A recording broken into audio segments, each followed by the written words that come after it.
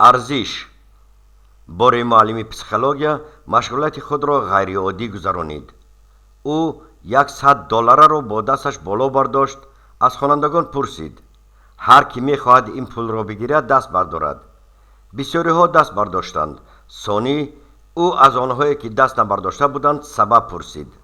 معلوم شد که آنها هم میخواستند پول را بگیرند ولی از دست برداشتن شرم کردند.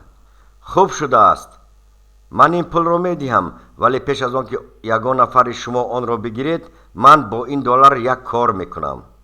او با دستش $1 را غیجیم کرد و پرسید آیا کسی هست که این پول را بگیرد؟ این دفعه هم قریب همه دست برداشتند.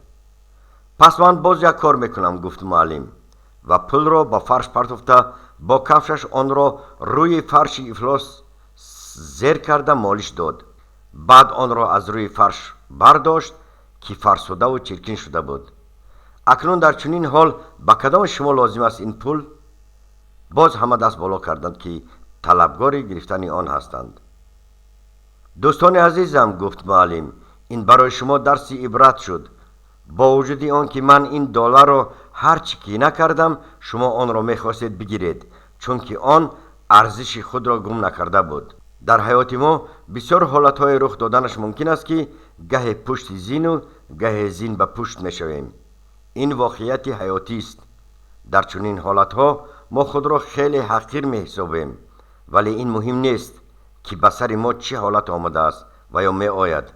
مهم آن است که در همه حالت ما باید ارزش خود را از دست ندهیم.